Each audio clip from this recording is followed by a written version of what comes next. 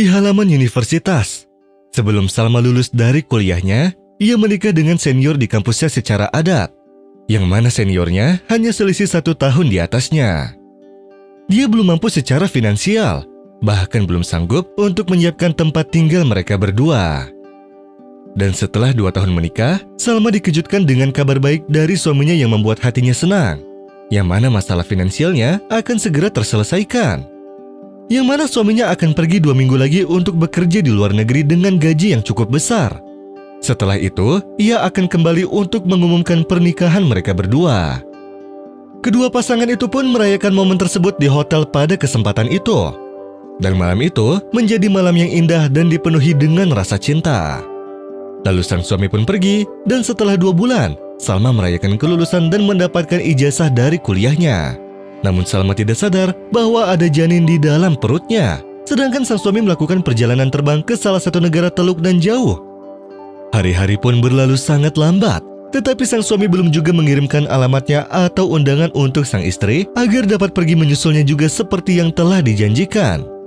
Ia telah menyembunyikan keberadaannya, sehingga keluarganya pun tidak tahu di mana tempatnya tinggal. Seiring berjalannya waktu, janin pun mulai membesar dan perutnya pun semakin melebar. Salma terus berpikir apa yang akan dia lakukan. Ia tidak berpikir panjang, dan jalan satu-satunya yang ia lakukan agar tidak terbongkar perbuatannya adalah dengan cara menggugurkan bayinya. Tetapi bukan dengan dokter ataupun di rumah sakit. Tetapi ia mencoba menggugurkan janinnya dari resep yang salah sehingga ia mengalami pendarahan yang hebat. Sehingga ia pun meninggal di rumahnya di depan orang tuanya dan saudara-saudaranya yang tidak habis pikir akan pernikahannya tersebut.